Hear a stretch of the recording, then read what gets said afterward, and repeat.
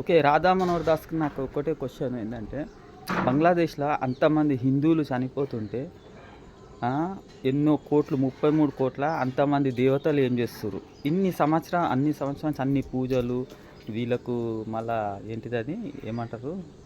వీళ్ళకి అదే కానుకలు గానీ, కొబ్బరికాయలు కొట్టి అంతగనం చేస్తే అంతమంది హిందువులు చచ్చిపోతుంటే అంతమంది దేవుళ్ళు ఉన్నారు కదా!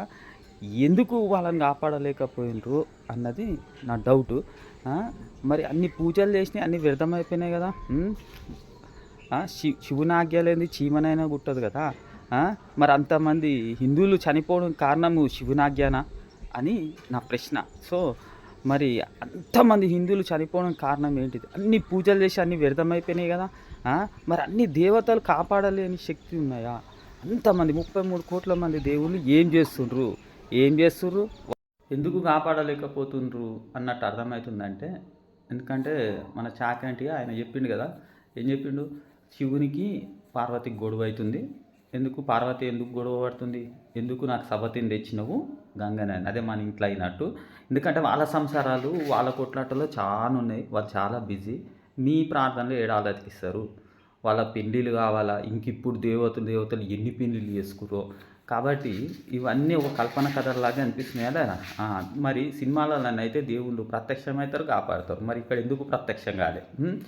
మరి హిందువులు అన్ని పూజలు చేసిర్రు, మీరు మాటలు పట్టుకొని ఎన్నో గుడిలు తిరిగిండ్రు, ఎందుకు మరి అంతమంది జనాంగం హిందువులే చనిపోయినరు?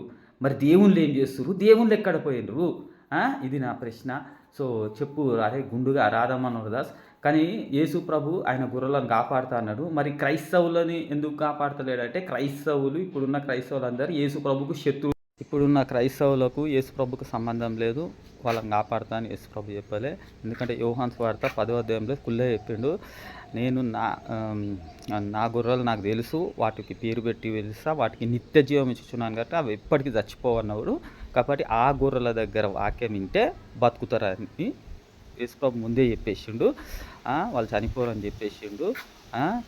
మరి ఆయన మాట ఇస్తే ఖచ్చితంగా జరుగుతుంది. ఇది యేసుప్రభు చెప్పిన. అందులోకించి ఒక గొర్రె నేను ఈ భారతదేశంలో పుట్టిన, ఆ పేరు పెట్టింది ఎవరికో కాదు. ప్రకటన 14వ అధ్యాయం 1వ వచనం, ఆయన నామం ఆయన తండ్రి నామం అది నాకే. 4వ వచనం, వాళ్ళు స్త్రీ సంగతం అపవిత్రం కానివారు, అంటే మీ దేవుళ్ళలాగా లోకంలాగా పెళ్లి చేసుకోలేదు. మీ దేవుళ్ళు ఎందుకు బిజీ? ఇప్పుడు ఇంకెన్ని పెళ్ళిళ్ళు అయినాయో, వాళ్ళ పిల్లలకి ఎన్ని పెళ్ళిళ్ళు అయినాయో, వాళ్ళకి ఇంకెన్ని గొడవలు అవుతున్నాయో, ఎంతమంది ఎవరికి దేవుళ్ళు తనగా వాళ్ళు చాలా బిజీ బై.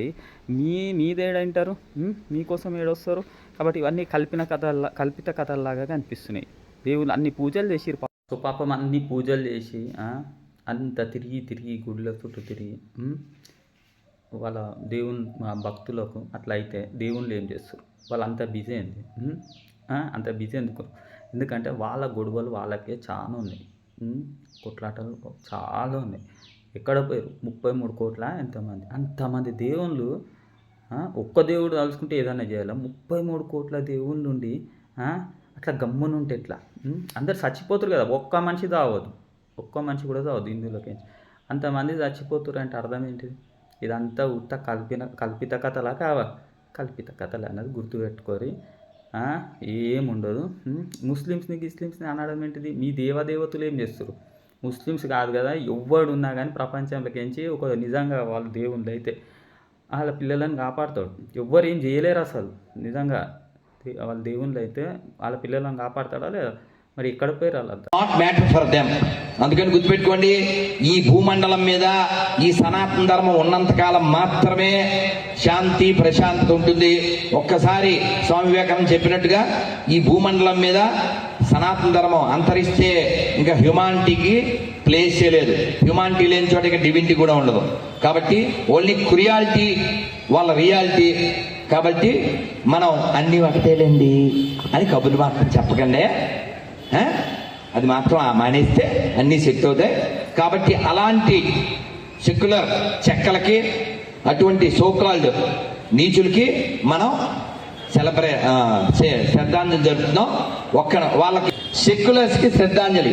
బంగ్లాదేశ్ హిందువులపై ఘోరమైన దారుణ మానకాండ జరుగుతున్నా స్పందించిన సెక్యులర్ జాతికి, నీతి లేని సెలబ్రిటీస్ కి, మానవత్వం లేని పార్టీలకి, స్పృహ మరియు బాధ్యత లేని ప్రధాన మీడియా సంస్థలకి నిజమైన హిందువుల శ్రద్ధాంజలి. నీ సాటి హిందువుని తెగనరుగుతున్నా గానీ హిందూ అమ్మాయిని నాశనం చేస్తున్నప్పటికీ ఇంకా వాళ్ళ దగ్గరే కొని తింటూ వాళ్ళని బయ్యా అనుకుంటున్న పిచ్చి బొందుగాళ్ళకి మా శ్రద్ధాంజలి.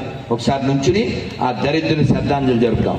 ఒక్క రేపు రాధామోహన్ గుండుగా అక్కడెక్కడో బంగ్లాదేశ్లో అయితే ఇక్కడ ఇండియాలో ఉన్న హిందువులు అని సెక్యులర్ హిందువులు అని తిడుతున్నావు కదా, వీళ్ళ లోపల స్పందిస్తలేరు, హిందువులు స్పందిస్తలేరు అని తిడుతున్నావు కదా, మరి మీ దేవుళ్ళు స్పందించారా? మళ్ళీ వీళ్ళకు హిందువులకు సెక్యులర్ హిందువులకు శ్రద్ధాంజలి చేసినావు, వీళ్ళు చచ్చిపోయిన లెక్క కింద చేసినావు. మరి వీళ్ళని అడుగుతున్నా నువ్వు మరి దేవుళ్ళని అడగరా మరి? ఇప్పుడు అందుకే నేను అడుగుతున్నా, మీ 33 కోట్ల మంది దేవుళ్ళు ఏం చేస్తారు? వాళ్ళు స్పందించరా మరి? ఇక్కడ ఉన్న హిందువులు, ఇండియాలో ఉన్న హిందువులు స్పందించాలి కానీ ఈ హిందువులను అంతగానము పూజలు చేసి దేవతలు 33 కోట్ల మంది అంటే ఒక్క దేవుడు కలుసుకుంటే ఏమని చేయాలి? 33 కోట్ల మంది కలిసి ఏం చేయలేరా? అంతమంది దేవుళ్ళు అంతమంది సృష్టించారు మీరు కథలలో, మరి ఎందుకు పని చేయట్లే? వాళ్ళు ఎందుకు స్పందించట్లే? ఇది నాకు అర్థం అవట్లేదు. మరి చెప్పు గుండుగా, అంటే ఇవన్నీ కల్పన కథలే కదా. ఇక్కడ ఉన్న వాళ్ళని తిట్టడం కాదు, ఫస్ట్ దేవుళ్ళని కనుక్కో. నీ గుండుగాళ్ళకు బాగా పరిచయం ఉంటుందేమో కదా, కనుక్కో ఎందుకు స్పందించలేదు? ఓకే, అయితే గుండుగా మరి సరే, మనుషులు స్పందిస్తే ఏమైతే కానీ దేవుని స్పందించాలి కానీ సరే. కానీ ఇప్పుడు నువ్వు లిస్టులో శ్రద్ధాంజలి చేసినావు కదా, హిందువులకు వాళ్ళకి వీళ్ళకి స్పందించలేదని. కాబట్టి ఆ లిస్టులో మీ దేవుళ్ళందరినీ కూడా చేర్చి స్పందించలేదు కాబట్టి మీ దేవుళ్ళు ఎవరు కూడా స్పందించలే, అంతమంది హిందువులు చచ్చిపోతే. కాబట్టి వీళ్ళకి కూడా మీరు శ్రద్ధాంజలి, దేవుళ్ళందరికీ శ్రద్ధాంజలి చేయాలి కదా. మరి ఆ లిస్టులో ఎందుకు చేర్చలేను? ఆ లిస్టులో దేవుళ్ళని కూడా చేర్చలేదు, ఎందుకంటే దేవుళ్ళు వాళ్ళు స్పందించాలి కదా.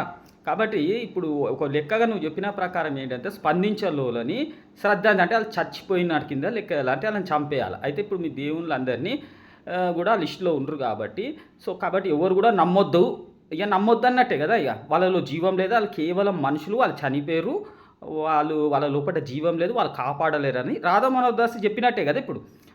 కాబట్టి మీ రాధా మనోహర్ దాస్ చెప్పిన ప్రకారము హిందువులారా మీరు దేవుళ్ళని వదిలేయమని రాధా మనోహర్ చెప్తుండు. కాబట్టి వాళ్ళు ఇంచుమించు శ్రద్ధాంజలి చేసేసినట్టే కదా.